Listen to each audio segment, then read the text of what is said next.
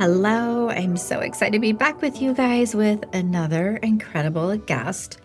Susan Davis today is who is with us. And Susan, I would love for you to share what you do and what you're all about in this beautiful world. Well, I live in Florida, so it's nice and hot right now because that's I the time. bet. My specialty is releasing trapped emotions through a regression technique I named the resolution experience because I'm all about resolving whatever it is you come to me with that is you're tired of repeating. So that's kind of in a nutshell what I do. I have a very deep background in other things that have come into play. Like I created a special healing yoga class. I use the bowls. I'm a musician. I play the piano. I taught dance. I had 6 government contracts teaching ballet, tap, and jazz and fitness around the world. So I have an extensive background in leadership. My husband retired out of Fort Carson as the chief of staff. So we were taking care of 28,000 soldiers plus their family members, and it was all about quality of life. I love that you're very multifaceted. You have lots of beautiful talents and things. I think that's wonderful. So, you were overseas. Are you still living that military life, or was that No, more we in the past? retired a few years ago. Towards the end of our career, 2 years before, I stopped counting at 163 memorials that I personally attended. Oh, wow, Susan. That So is I incredible. unfortunately am fairly good at grief counseling in a non-traditional way. Oh my gosh. So what was that life like living on where I'm assuming you're living on base and helping people go through the grief counseling? And were you doing the healing work then as well? I've been always involved in healing work. In that last assignment, the head of the psychiatric department snuck me in the back door of a couple clinics to work with our soldiers with the techniques that I have. Oh, that's exciting. And how were they open to it? Were Oh, yeah. they a little nervous about it? Yeah, I had also taught an integrative course as they returned from war when we were stationed in Hawaii. And apparently, they all really liked my class because I put them to sleep at the end Because it was so relaxing. Is it because it was meditation or because they were something? so stressed out that they Yeah. needed to relax. Oh my gosh. So tell me, how did you develop this process? How did this all start for you? Oh, we were stationed at Fort Hood, Texas, which is one of the largest military installations in the world. And I was running a luncheon for like 1,200 women. Oh And my God. at the end of the luncheon, I'm cleaning up, and this girl runs up to me and she goes, "Oh my God, your aura is so big." And I'm like, "What's an aura?" I didn't even Yeah. know what it was, you know? Mhm. So that's what jolted me into the process. And then we moved the first time to Colorado, and I was walking in the bookstore, and this book literally jumped off the shelf. And it was called The Third Eye by Lobsang Rampa. So that Okay. was another initiation into that. Then we moved to Hawaii, and my best friend that I have to this day invited me to go to an energy healing workshop certification for a year. So that's kind Oh, of how it started. okay. Did you, before this, so it sounds like you didn't really know about auras. Did you feel energy or use your intuition or anything like that before you started all this? I just didn't realize that I was doing it. I Yeah. think a lot of us recognize that once we get into the field and or we're around other associates and community that do it. But yeah, I mean, I remember growing up and seeing fairies, and I grew up in New Mexico, and I was surrounded by Native Americans, which was very comforting to Mm. me around the Zuni tribe, the Santo Domingo, the Hopi, and the Navajo. So Wow. I love the culture. What was that like? Because I know they're probably much more earth-based and there's that reverence and sacredness for the land. When you said New Mexico, I was thinking that there's a lot of sacred land out there. Yes. And just they love Mother Earth. They love the water and they love the environment and they want to take care of it. And they want all of us to take care of it, all of us humans. We need to pay attention to what Mother Earth is giving us so that we can reciprocate in a good way. Yes, for sure. I always feel so I love being connected to the land. So you started off seeing fairies and growing up around these tribes.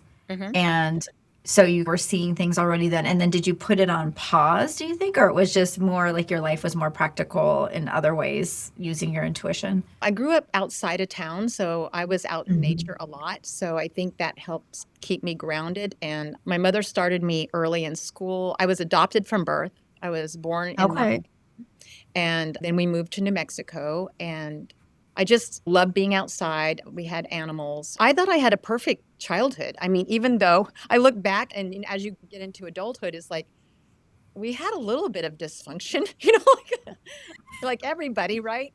I mean, my dad Mhm. was an alcoholic, so we were always doing intervention for him. All those things help make me understand working with different people and where they're coming from. So I know it was all a gift, and I know that I prepared that before I was born. So you have to kind of look at everything. And that's, I think, a takeaway for your audience is that once we stop blaming outside of us what's happening right now, then we're making change for ourselves, Yes.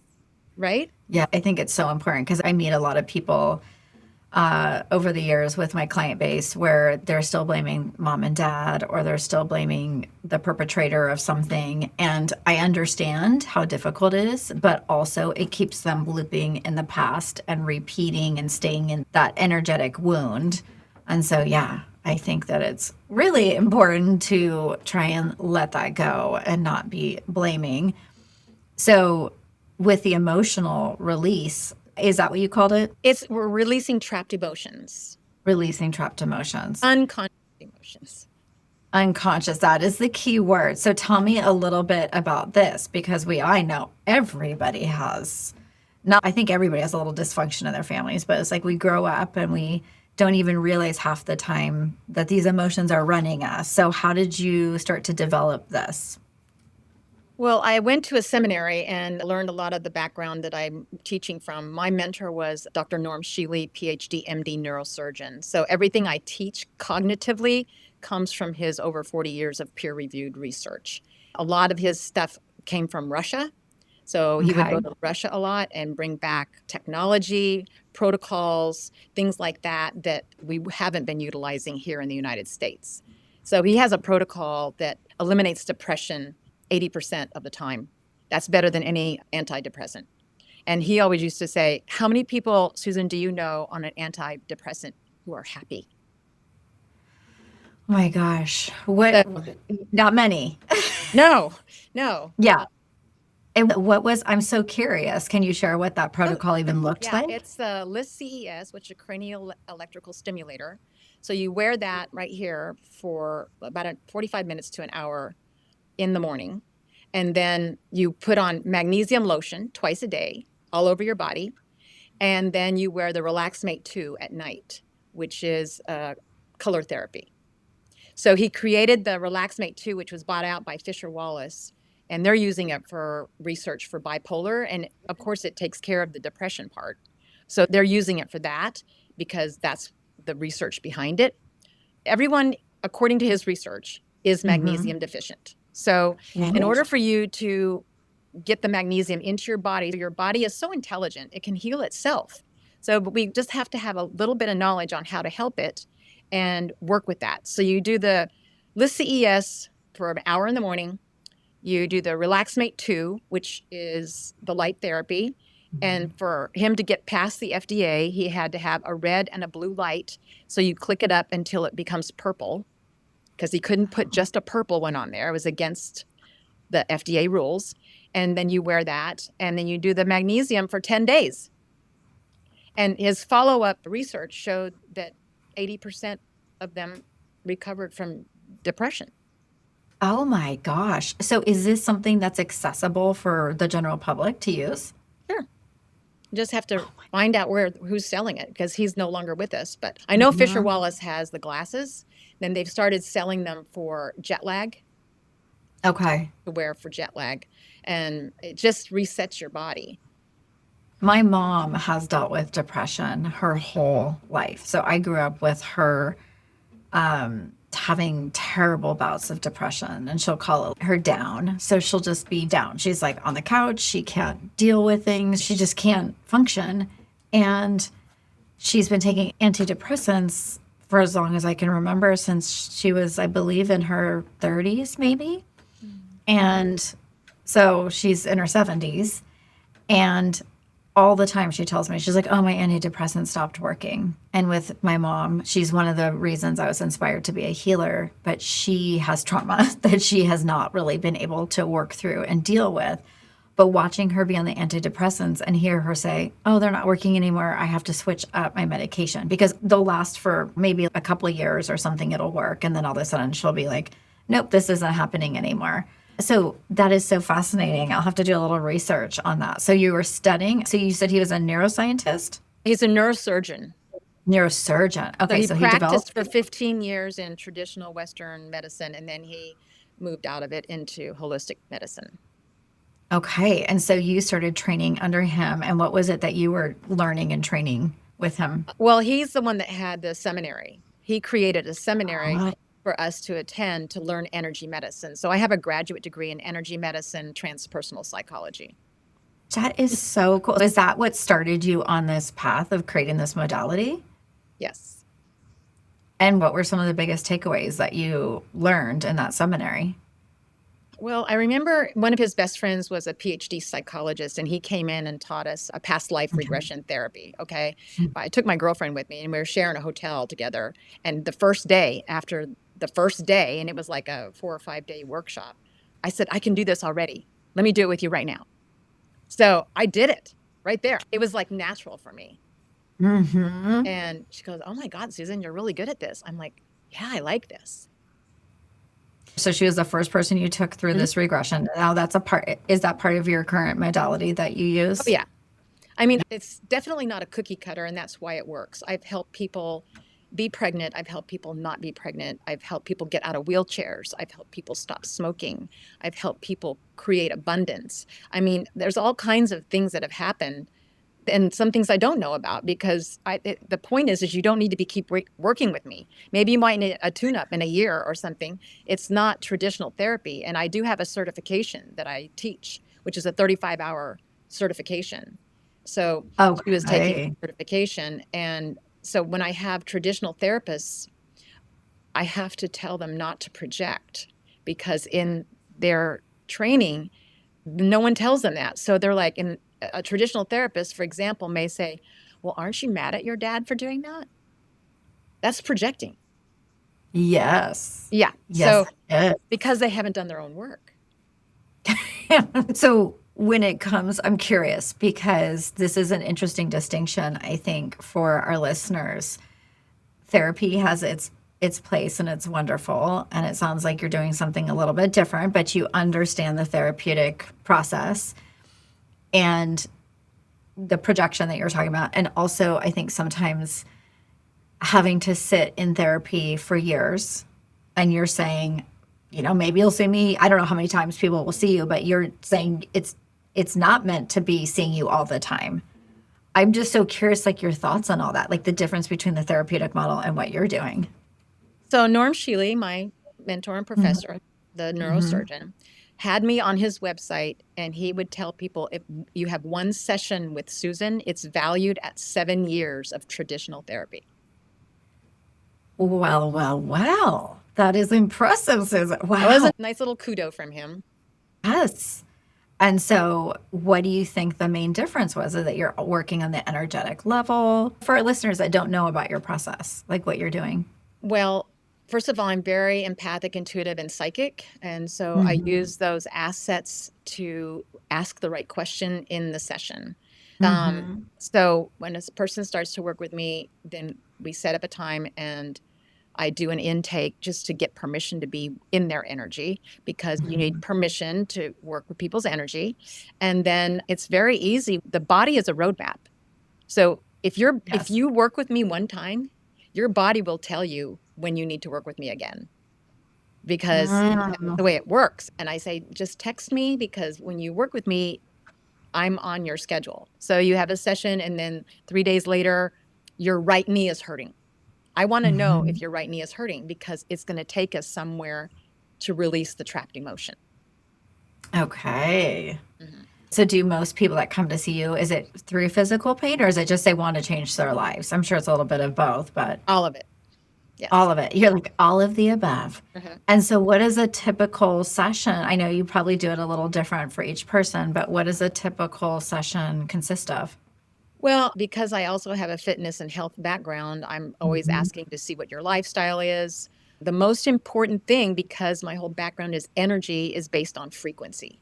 And I'm talking Mm. about hertz, okay? Not how many times you're doing something, but at your level of vibration. So I Mhm. need to know what you're doing to keep your vibration high.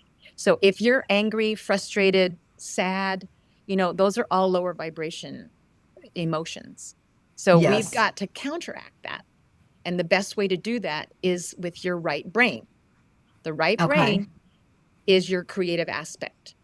And most of us Mhm. are way out of balance. We're all left brained. We're going through traditional education. We're doing all the things that society has implemented for us. But if you're not doing Mhm. something creative, then you are definitely out of balance and it's contributing to the self sabotage.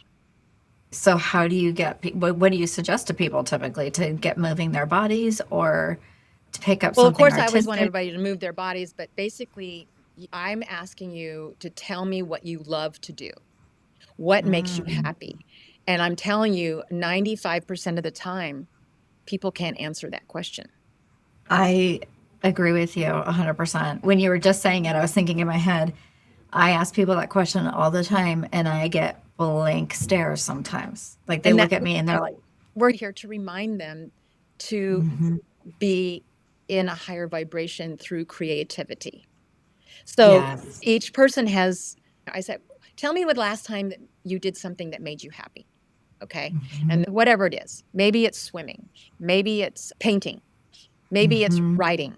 I mean, we've got to rediscover that. And then that's the go to thing when you notice your vibration dropping. Okay. And so, my Yeah. suggestion is that you plan to do that thing every day for 20 minutes. Oh, wow. Okay. So, you're changing So the cycle.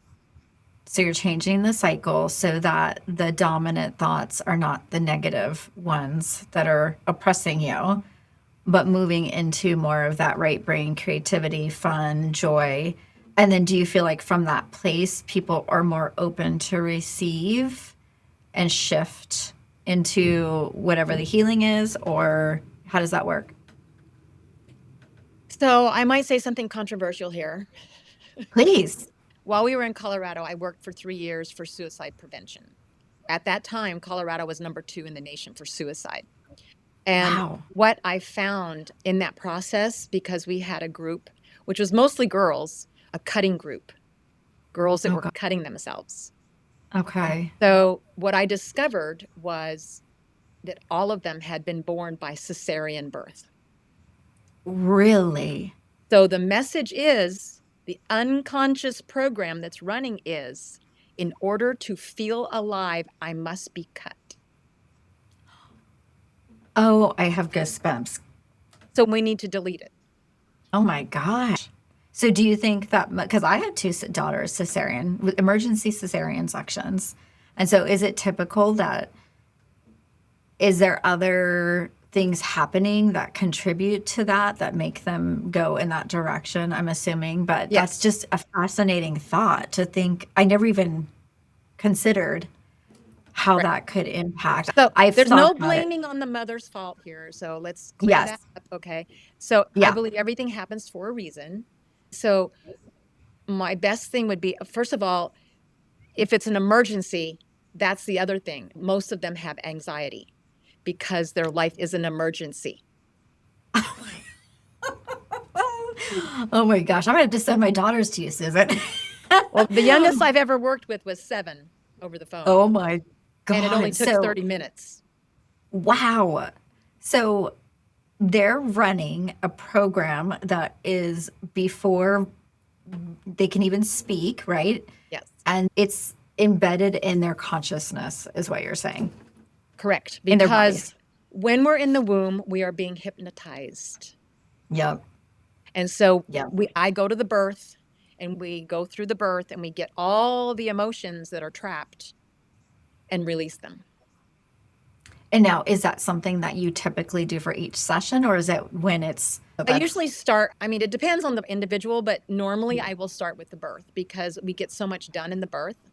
And I have a lot of clients who are from all over the world. So when I work with a client, like my most recent client is from Brazil. So when okay? she processes the unconscious programs, I have her do it in her mother's language. So it's Portuguese because Okay. the language has a frequency. Mm. And what if somebody has a hard time remembering their birth? Does that matter? No. You know, you remember exactly what you're supposed to remember. Your Yep. body is a recorder. It's been recording everything since your existence. So I am Yep. the one that's asking the question to Hmm. let you figure out the answer. I find it fascinating that our brain waves are in delta for the first couple of years, which is that real sleepy state, and we're just recording everything. And then what is it? I think it goes into theta after that, and then it starts to evolve out of that. But yeah, everything's recorded. And that's why those years from 0 to 7 are so profound, because they hold all of our foundation of how we're going to be interacting with our environment and our world. But most people don't remember a lot of it. Well, no, because we were programmed to forget. That's a good way to say it. Yeah, that's so true. So when you're doing this, have you taken people past the womb into their past lives, or how does that work? Well, it depends again on the intake, what your belief system is, because usually it's the Okay. belief system that's holding everything up.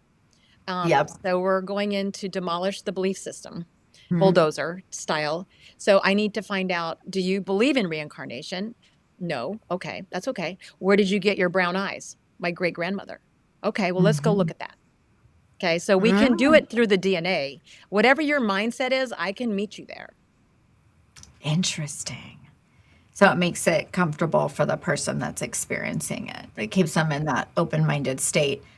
And so when people are going back, have you found that the emotions not only are trapped from this lifetime, but sometimes are they trapped in other lifetimes? Absolutely. All of And them. I'm All of them. I'm just so curious because I love this stuff and I do similar work, but probably in a different way. For our listeners, I think it'd be really fun for them to hear maybe an experience you had with somebody where you were able to take them back, or a profound experience with a certain client. So, one of my really good friends was another yoga instructor, and she was having some issues with her 14-year-old. And so she asked me what I did, and she wanted to make sure I knew she was a Christian. I said, no Okay. problem. So she had a session first to see what I was doing so that she would feel comfortable. And so then I worked with her daughter the first time on anger, and that came from being adopted. And so she was angry Oh. that her mother, the birth mother, let her go, but then she realized that she chose the mother that she had. So that was in the session because it was an unconscious Mhm. memory. But then she Okay. called me like maybe 6 or 7 months later and she said, can you help my daughter with her mathematics? She's failing mathematics. I said, sure. So this is when I had an office. So she came in. I said, well, what's the feeling? She goes, well, I feel like I know all the answers, but then I take the test and I just fail. I said, well, Mm. take that feeling. Where is it at? And so she told me where it was in her body. I don't remember, but I said, follow the feeling back into time to the point of origination. So she went there and she goes, I can't understand what they're saying. And she's doing this with her eyes open with me. She's like this. Okay. Wow. Kids are awesome. And Yeah. so I said, well, your unconscious mind knows what the language is. What is it? She goes, Polish. And I said, well, what are they saying? And she goes, is mathematics involved in nuclear energy? I think that was her question to me. I said, Oh yes. my God. What's going on? And she said, they want this woman to create this thing with nuclear energy and she is refusing. And I said, well, what happens to her? She goes, they take her out and shoot her. So in order to stay alive, I must not do well in mathematics. Oh, wow. Gone. Deleted it. She sent me a text message. She'd been failing all year long. The final, she got an A. That is such a practical application for this work. I love that because I think a lot of people think of past life stuff and they have this assumption that it's just entertainment. And it's not. It I don't do it is, for entertainment. yeah, I totally get that. But I think a lot of people think, oh, I just want to hear what my past lives are. I just want to go see what this is. And I always say to people, past lives come up when there's a tie that's binding you in this lifetime that needs to be cleared, but it's not necessary to go searching through just any old random past life. I don't know how you feel about that, but that's always my premise with that stuff. I really don't have anybody asking me that for entertainment because I let the universe know that I don't want those people. You're like, do not send those people to me. Yeah. I want complete resolution and I want to affect my community. I know you were saying earlier that you like to work with the leaders. Yeah. So when these leaders are coming to you, are they coming with very practical things like the mathematic thing, or is it everything across the board and they just need help clearing that block? It could be anything. I think I work a lot with relationships, but they're still tied to other emotions. If a relationship is not going well, you're frustrated, you're sad, you're angry, you're overwhelmed. All those emotions go to different things in your cellular memory. So I'm looking for the emotion that keeps popping up. And in the middle of the session, another emotion can pop up and it'll send us on another way. It's pretty cool. I never get bored doing this because there's never been an identical session ever. So once you identify through the process of taking them back, are they in a hypnotic state or are they just in a more just relaxed space? Okay. No, they're just cognitive. Okay. Okay. So I really like the challenging people that are very left-brained. I love the left-brained people. They're like, I can't do this. Yeah, you can. You know, your body has all the answers. This is you going into your computer and deleting all those tabs that are up, that are running and making you tired and frustrated and angry. And we're going in and we're clicking them out one at a time. That's a perfect analogy. So when you're clicking it off, and then when it comes to landing on the thing that's maybe it's the memory, how are you moving that out of the body? Is it just through awareness and seeing it, or is there a deeper process? No, it's pretty simple. I mean, but you Yeah. have to see it. I mean, I'm Yeah. already there. I see it. But I can't Okay. tell you. I have to ask the question to get you to see it. Otherwise, I'm projecting like those traditional therapists. So when somebody gets stuck and is like, I can't see, I can't do it, I'm not getting the information. Then you get into the body. So Yeah. if they say, I can't see anything, I say, what's on your feet? Get into the body. Yeah. What's the That's smell? Is it hot? Is it cold? You got to get into the body. And then the body has all the answers. I figured out I just have to get them in their body. That's all. yes. I remember one time years ago doing, I'm sure you're very familiar with Brian Weiss, Many Lives, Many Masters. And I happened to go to an event where he was doing a meditation, and I was going back, and that was one of the questions. It's like, what is on your feet? And that was a way to kind of, and I remember that getting us out of the analytical brain and just looking around at the environment and feeling what's happening. And I always thought that was so cool. So with these trapped emotions, when somebody, obviously with that mathematics story with that girl, I mean, it was instantaneous. Like she's getting A's and doing well. And so when it comes to money, for instance, or abundance, are people seeing shifts once their emotional block is moved?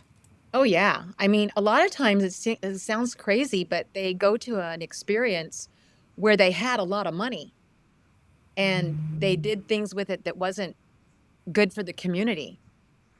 Okay. And then Yeah. they ended up being murdered or something like that. Okay. So that's hypothetical. That has happened in sessions before. But then the body is saying, in order to stay alive, I can't have any money.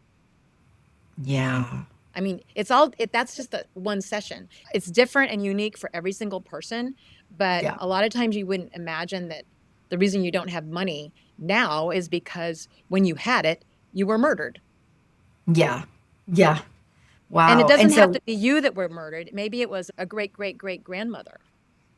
Okay. So however you want to look at how we're going into the DNA, it's fine with me because we're just going in to find the answers. so cool. And so When is there a reprogramming or integration process? Like once somebody's done with the session, do you say, okay, stay in that right brain for a while, being They have open or they have to commit to changing their lifestyle. yes, Okay, it's a that's triage. You can't just do one thing and expect everything 100%. else to change. You have got to decide that, yes, I'm going to go walking for 20 minutes. Yes, I'm going to paint or draw or sketch for 20 minutes. I'm going to look at what I'm putting into my body, whether it's food or music or video or social media. What are you putting into your body that's helping you? Mhm. So if you're thinking about the past and worrying about the future, you are not in the eternal now moment. We are all supposed to be practicing living in the now moment. The best way you can do that is focus on your breath. That always brings you back to this moment. And when you're doing all these sessions over these years, I'm sure this has had a profound effect on you because you are so convicted. I love your passion and how you're speaking of this because I can tell you live, this is an embodied state for you. So, how has this work changed your life? Has your life gone through its own kind of healing process? Yeah, we're all on the journey. Okay. Yes, we Trust are. me, I am definitely not perfect. But the universe and God or creator, whatever you want to call that, always sends me like threes, like three Mm, clients that all have the similar issue. And so it's kind of like I just get a reminder of the wisdom that I already have and oh, okay, this is what we do here. But for me, I think, especially lately in the last few weeks, even, is the letting go. We mm, have to let go. And because I want to help people so bad and I want to help family members and things like that, it's the control issue. So yeah. I'm still working on letting go. I mean, and so I'm practicing what I'm teaching. What do you feel like you have to let go of when you say that? Is it the control that you feel in your life, or is it more specific to something? Judgment, Okay. I judgment actually about just, myself or judgment about mhm. someone else. I literally, Susan, just this morning had that very same thought. I thought to myself, I have really got to work on letting go of this judgment and how it conflicts with my day to day existence. And so that's a great reminder to hear that coming out of your mouth. And so when you practice letting go, how do you do that? Because I think that's a big piece. I know you have your modalities and stuff you do, but just as on a personal level, how does one let go?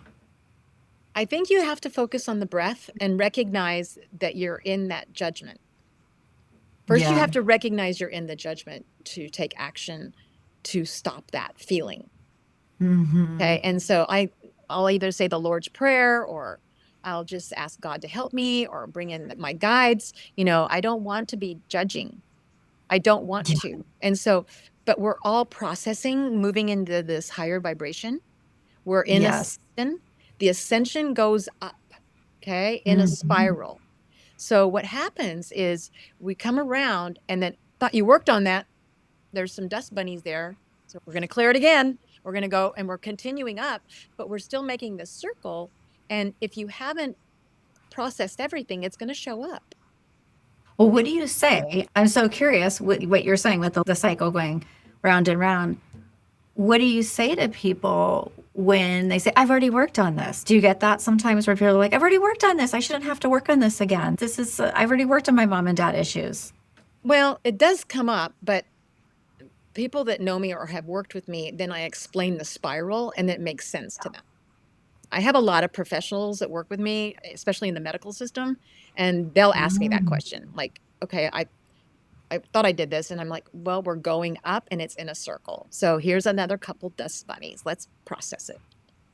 Yeah. How do you work with people in the medical industry? I'm so curious. Oh, I love them. Is It's it like, is it the same work that you're doing that you've been describing? Are you doing that with nurses and doctors? oh, yeah. One of my best friends is a functional medicine doctor. She does telemed. And so we collaborate. I send Mhm. her her patients and she sends me her patients. So, Oh, because it's a triage, you cannot just work the biology without working the emotion. In energy mhm. medicine, before anything physically manifests, first it is an emotion. We have to go in and find it and clear it. You guys are teaming up and doing it together. So she's working on the physical part and you're doing your part. And where are you finding with all the work that you're doing? Are you seeing, you were talking about the ascension. How are you seeing that kind of play out with people right now? Maybe our listeners don't know what the ascension is, but so I would love if you have a way of describing it. The ascension is our soul requiring the lessons to move up in consciousness. Yeah. And where do you find right now, are your people that you're working with aware that this is happening, or do you find that it's more in the spiritual communities or people are talking about this? Well, I've set the intention to only be around people that are at my vibration or higher because I am not participating in the chaos. That's that conviction that you have. So when you say the chaos, are you just talking about the world craziness or people staying stuck in their victim story? Yes, and yes, all of the above. But I believe that chaos precedes change. Yes, it So does. we have to recognize that. Yeah. And then I just think that we have to pay attention to what's being put in front of us so that we can take care of it, eliminate it. Yeah. There's so much noise right now. And there is a lot of, I see a lot of chaos when I look around, but I also trust that the chaos, like you said, is preceding some big changes and big shifts. And I know that there are more people waking up right now than it feels like ever. And so I love the fact that people are starting to become more aware of their consciousness and how they get to show up. And the emotional work that you're doing is so amazing because I think, for me at least, my emotions are one of the things that stops me in my life. I'll have a whole to-do list of things that I have to get to, and I will do them because I'm at a point in my life where my maturity of, okay, it's time to get down to business. But my emotions used to be so wild. And I would just have so much going on that it was challenging for me at times to just kind of stay doing what I meant to do. And I had to really teach myself not to be overwhelmed by these emotions, not to ignore them, but just not to let it take over my day. Have you ever practiced EFT, emotional freedom? I haven't. I've heard so much about it. That is one healing modality that I have not tried. So it's a quick go-to thing for people that are panicking or feel like they're out of control, and that you can start tapping right here on the thymus. Take 3 fingers and start tapping until you can regulate your breath, focus on your breath, and then you come back down. I will have to try that the next time I'm in one of my little emotional spins. When I get like that, I will usually come to my breath. I always go on walks, and as well as you have said it earlier about getting into the right brain activities and going and doing the things. But naturally, I would tell myself, find the thing that brings you joy. Go do that so you get out of this kind of tizzy that I'm in. But then you can also go and you can break the cycle. You just have to find out where it came from. It's showing up for you to figure out the answer. Yes. And I wish everybody could do this by themselves. Apparently, we're still working together on this. I've been helping a person in our community run for commissioner. Oh. I don't like politics. So this was like, really? You want me to do this? But it was so obvious. Her last name is Divine. Oh my gosh, that's so cool. So how are you helping her? I'm a performance coach, so I've been helping her articulate how she's going to help the community. Okay. And she's very smart. She's very qualified. She just hasn't been in the system for a while. She's a Desert Storm veteran, and after she got out, she went to law school. She's very qualified. So I did teach her the tapping. And so I said, but the requirement for tapping is you have to practice it before you need it. Okay? So there's inside, outside, under here, and under the arm. And so there's it's a cycle on left side and right side of the body because you're integrating, okay? You're integrating the right and left brain. So I suggested that she practice it at least 2 or 3 times a day, because when you actually need it, you don't want to have to go through the whole cycle. And I've had some of my clients say, because they were practicing it when they were in traffic, and by the time they got to this point, they'd already come down. Oh, that is really awesome. So Yeah. that modality is based on over 3,000 years of Chinese medicine. You are the second person who has brought it up in one of the podcasts that I've been doing. So I'm going to have to look it up and try it out and do it, because I'm always open to all these different techniques and finding ways to ground myself. And I think for our listeners, they should definitely find, I'm sure there's YouTube videos and different teachers and all sorts of things to help them with that. I want to ask you a question about something you said earlier. You were mentioning that you helped so many people go through grief when you were working in that position of being in the military and all that kind of stuff. And what did that grief teach you with people and how they move through things? Because I think that is such an emotional experience. And I feel like a lot of people don't always know how to grieve. Well, there's no one way to grieve. Okay. It's a Yeah. cycle and it repeats itself. And I think my takeaway dealing with all these family members who have lost loved ones is listening, not just talking, listening Mhm. and asking about their loved one. Most people are afraid to talk to someone who is grieving. Yeah. I just did this the other day with someone who lost a child. I said, tell me the funniest experience that you had with your child. And then Oh, it opens the door and they can express their love for their child and then process the grief a little bit more and differently. yeah, it is. It is hard. I think a lot of people don't know how to relate. If they haven't been through it, they don't know how to speak to somebody that's in that state, and they're afraid that anything that they say could hurt the person or upset them. It's a I think beautiful. just showing up and listening is the most important thing, because you have nothing to say to them other than you love them. I Yeah. care about you. Here, I brought you some flowers, or let's go get coffee, or that person. And maybe they're not really close to you, but it's a good personal growth experience, I think, because I think there's going to be quite a few people leaving in the next few months. They're going to leave their body. So Tell the me about that. part of the ascension process is raising our vibration and our consciousness. And I believe Mhm. we can, obviously, I'm going to take my body up. It's not been very comfortable, because as you upgrade your DNA, it is not comfortable. But there's going to be people that have said, my contract is up. I'm out of here. And so Mhm. that's going to be happening.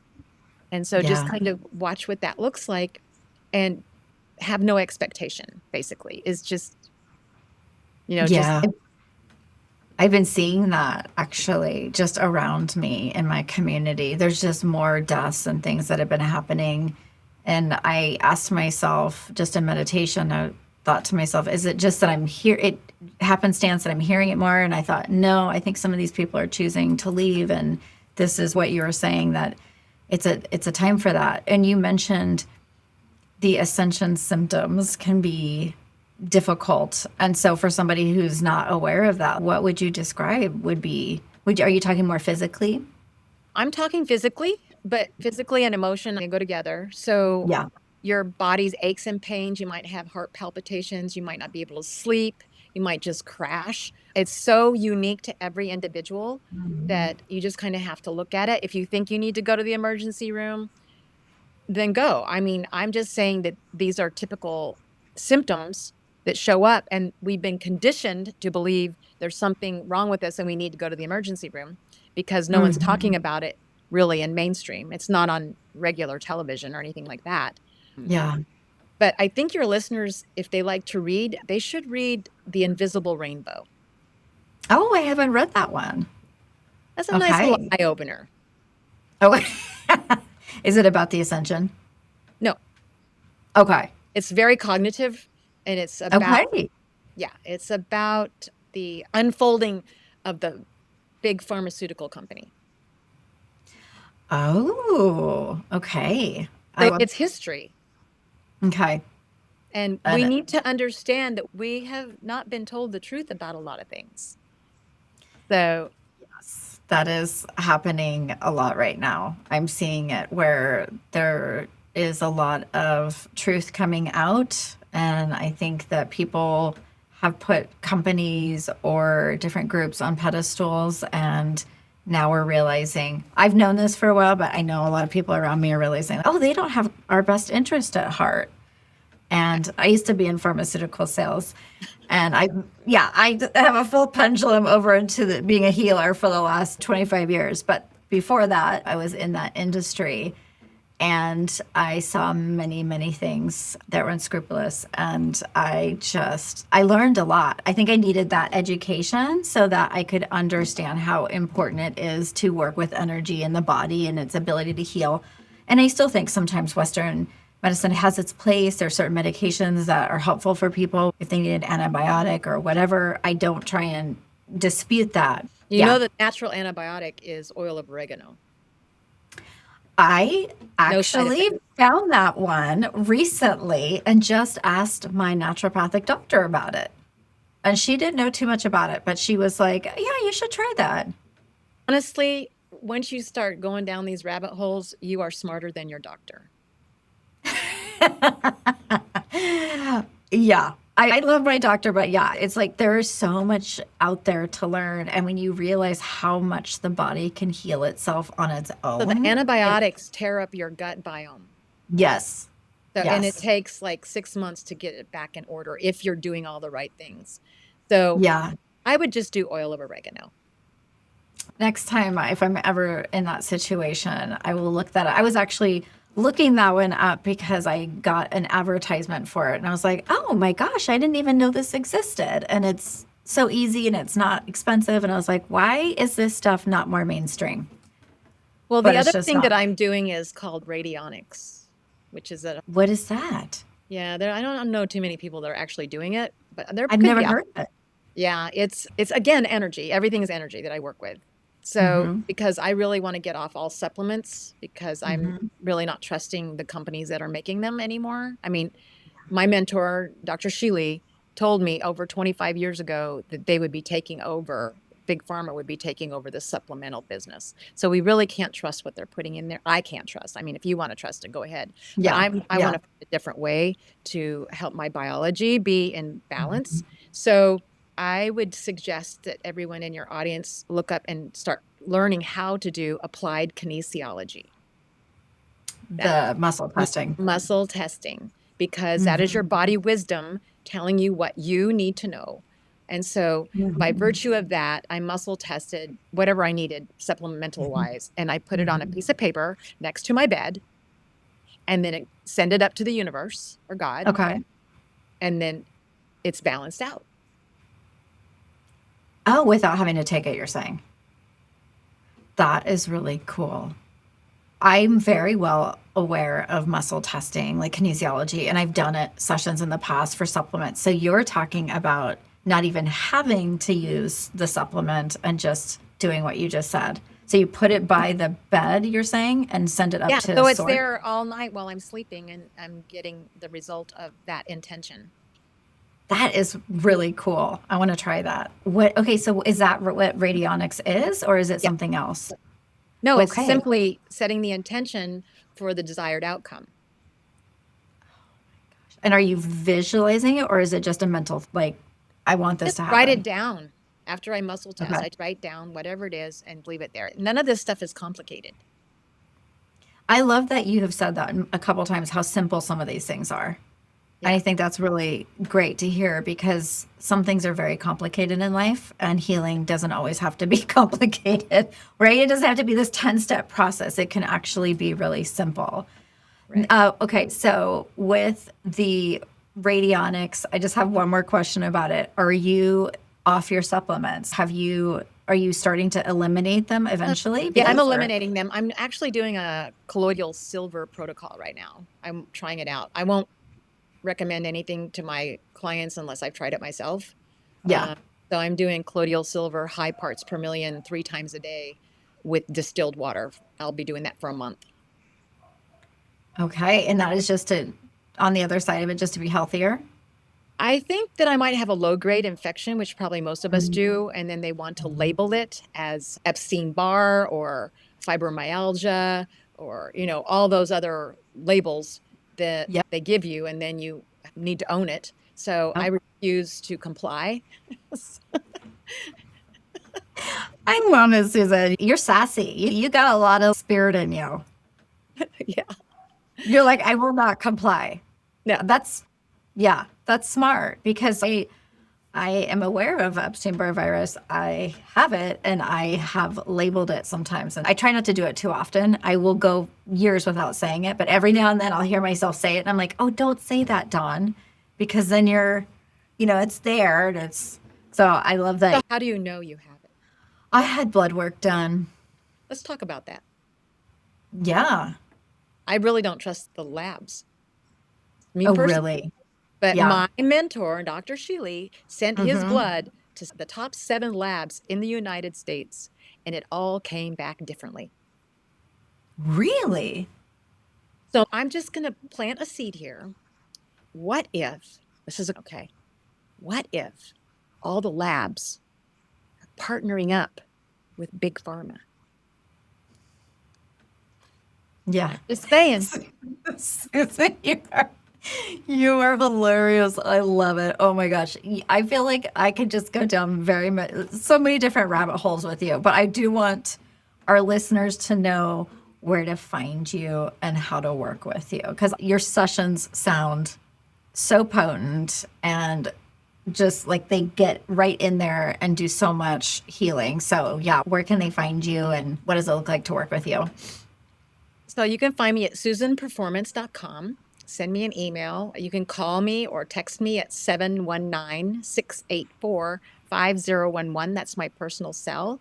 And I'd be happy to, anybody that says they're one of your listeners, give them a consultation for 20 minutes as a gift. So let me know if you're interested and reach out to me. I'm on Facebook under Susan Davis, Daytona Beach, and that's probably the best way to get hold of me. I'm also a motivational coach for the Weight of My Heart, which is an organization, we're an international organization for people who have been diagnosed with PAD, which is peripheral artery disease. The majority of people who are diagnosed with PAD do not get the diagnosis until after they have a stroke or heart attack. Oh, wow. So it's your extremities that you say someone in your family, their feet are burning or their legs hurt, it hurts to walk, they probably have PAD. So the Weight of My Heart, I have a lot of videos on the Weight of My Heart YouTube channel. So I have the tappings on there, I have the breath works on there, I have chair yoga. So if you have people who are incapacitated in some way, the chair yoga is very adaptable for where you're at so that you can move. I'm glad that you shared that and just brought awareness to that because I've never heard of that. So I'll have to research and learn more. And I wanted to ask you one last thing. You said that you train people, and do you train people in your specific modality? Yes, I have a certification on the resolution experience. And if you're interested, I can put together a class. I have done a class by Zoom, so I prefer to do it in person, but it doesn't matter. We can figure it out. Yeah. And the very last question, Susan, with where healing is going, what do you anticipate for healing right now in our collective? I'm just so curious. I love to ask healers like you have been doing this for so many years. What do you anticipate for kind of the next wave of healing? Well, I know that when we move up in vibration, there can be no longer have disease, war, judgment. None of that can live in the high vibration, only love. It's a love frequency. So that is what everyone has to look forward to. I plan on living a lot longer. I don't know if anybody's read the Bible on here, but there's a lot of people in the Bible that lived very long lives. And what happened? What happened to that? We lost the frequency. I mean, Jesus was a 7th dimensional being. Yeah. So we're moving into this vibration of abundance and love and reciprocation and collaboration. And those are the words that we need to pull into our vocabulary so that we start to embody that and take action on it. Oh, what a beautiful way to end. Thank you so much, Susan, for being here and sharing all your gifts and so much wisdom with our audience.